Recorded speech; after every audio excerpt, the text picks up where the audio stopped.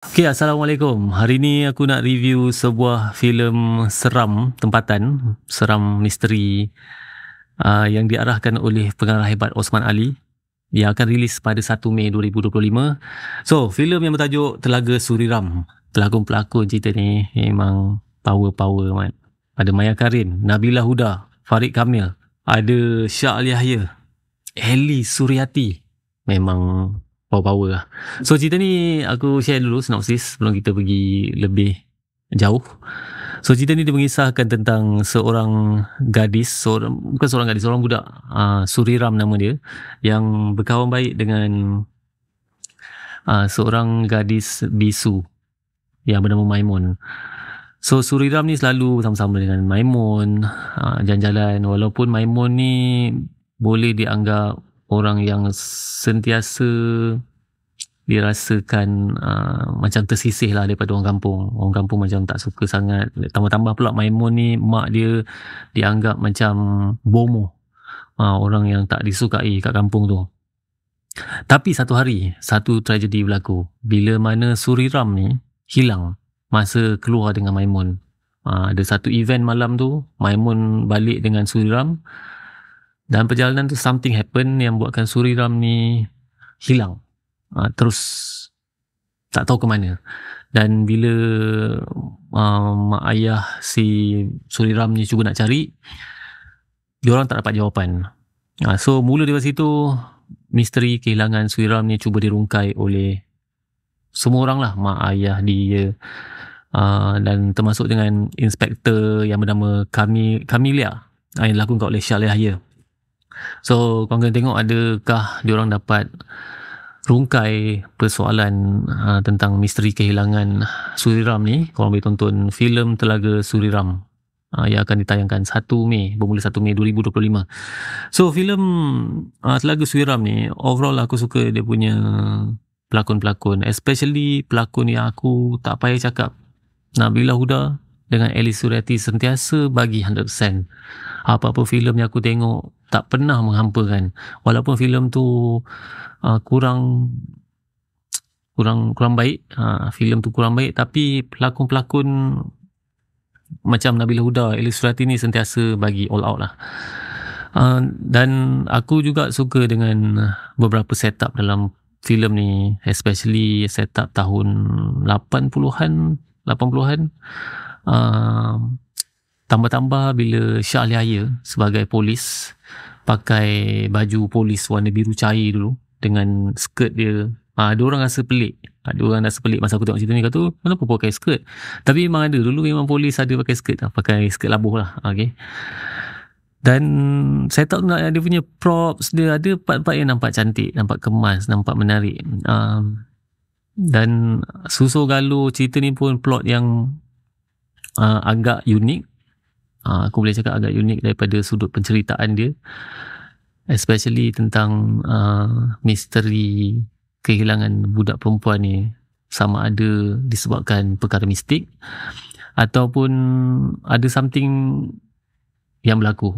Okay, so tu dua benda yang berbeza yang cuba didiscuss, yang cuba disampaikan dalam filem ni.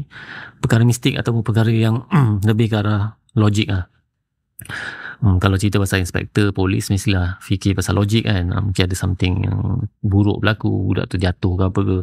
Tapi dalam filem ni dia cuba bawa satu lagi side tentang perkara mistik yang aku rasa sangat menarik, yang cuba disampaikan oleh pengarah Osman Ali. Dan Osman Ali ni memang terkenal lah dengan filem-filem yang pernah dihasilkan. Nama Osman Ali ni memang antara pengarah yang lalu disebut-sebut untuk hasilkan filem-filem yang baik. Cuma aku rasa dah lama juga Osman Ali ni tak hasilkan filem. Aku rasa last filem yang diarahkan oleh Osman Ali adalah filem Juang tahun 2022. Okay, so apa yang aku kurang suka tentang filem ni, ada beberapa benda, aspek yang aku cuba nak tekankan sebagai penonton biasa lah. Satu tentang ketelitian untuk filem ni. Aku agak terganggu sikit dengan beberapa part dalam filem ni yang tak nampak teliti. Aku baru tonton satu lagi filem, nanti aku review kemudian. Filem tempatan juga yang aku rasa ketelitian dia jauh lebih bagus. Sebab dalam filem ni masa aku tengok ada something yang berlaku, kita orang terpaksa restart balik. Lebih kurang setengah jam dah tayang, lepas tu terpadam. Kita tengok dekat Dadi Pavilion KL. So aku dapat tengok setengah jam awal tu 2 kali lah. Dan ada satu part ni aku ingat lagi Farid Kamil cakap, berdialog dengan Shah Ali. Aku nampak dia macam tersalah sebut jalam. Dia sebut jalam. Benda tu first pun aku dah nampak, tapi second time tu aku nak cuba confirm balik, aku rasa memang betul lah dia sebut salah. Lepas tu ada banyak lagi, itu benda-benda yang kecil-kecil lah, benda-benda yang mungkin orang boleh tolak tepi je. Ada juga yang komen pasal pakaian tu semua aku boleh tolak tepi sangat. Tak nampak sangat lah, tak nampak kejanggalan sangat, especially bila duduk dalam satu level kehidupan yang berbeza. Seorang ni orang yang satu grup ni mungkin orang-orang yang kampung, orang susah, so pakaian dia lain. Satu grup ni daripada bandar, polis semua, so pakaian lain. So benda tu susah nak didiscusskan, dan aku rasa tak berapa penting untuk discuss untuk filem ni. Filem ni aku rasa okey je lah untuk props dan semua. Cuma macam aku kata tadi, ada beberapa benda. Satu pasal ketelitian tu lah. So ada banyak lagi part-part tu yang aku rasa agak janggal lah. Banyak awkward punya scene.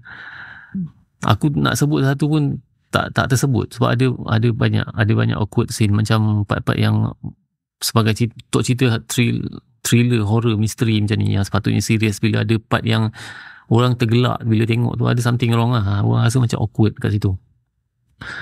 Satu, bila reaksi certain karakter, bila dapat tahu, contoh bapak dia bila dapat tahu Suiram anak dia hilang, tak menunjukkan, orang kata rasa terkejut tu tau. Bapak dia macam tengok bini dia lari menjerit, bapak dia macam tengok je.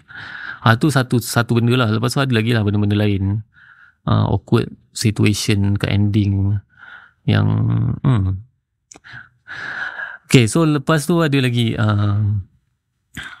aku rasa part ending tu lah paling banyak benda berlaku, sampaikan bukan aku seorang je, aku rasa satu panggung tu rasa pelik lah.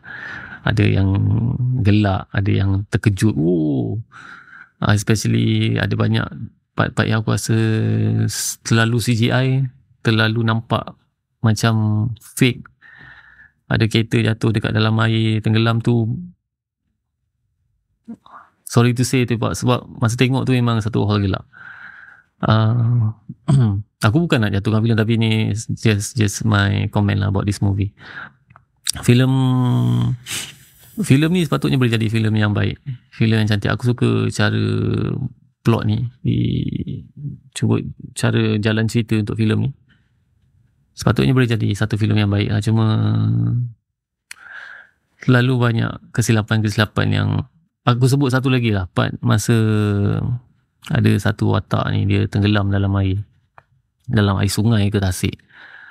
Tapi bila scene dia keluar daripada tasik tu, tiba-tiba daripada kedalaman yang dalam, kita bayangkan dalam tasik tu dalam macam mana, boleh tenggelam kereta, tiba-tiba dia boleh berjalan paras lutut, paras betis macam tu air. Aku macam, semua orang persoalkan benda yang sama dalam bila tengok filem ni.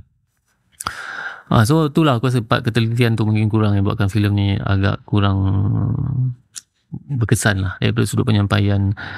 Awal tu dah okey, aku rasa first act tu dah okey. Bila masuk second act, third act lagi.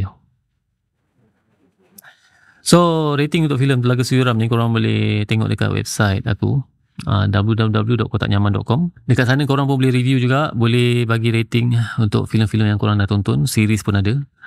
So aku nak tanya dengan korang yang mungkin akan pergi tonton filem Telaga Suiram ni, apa harapan korang untuk filem terbaru Osman Ali ni?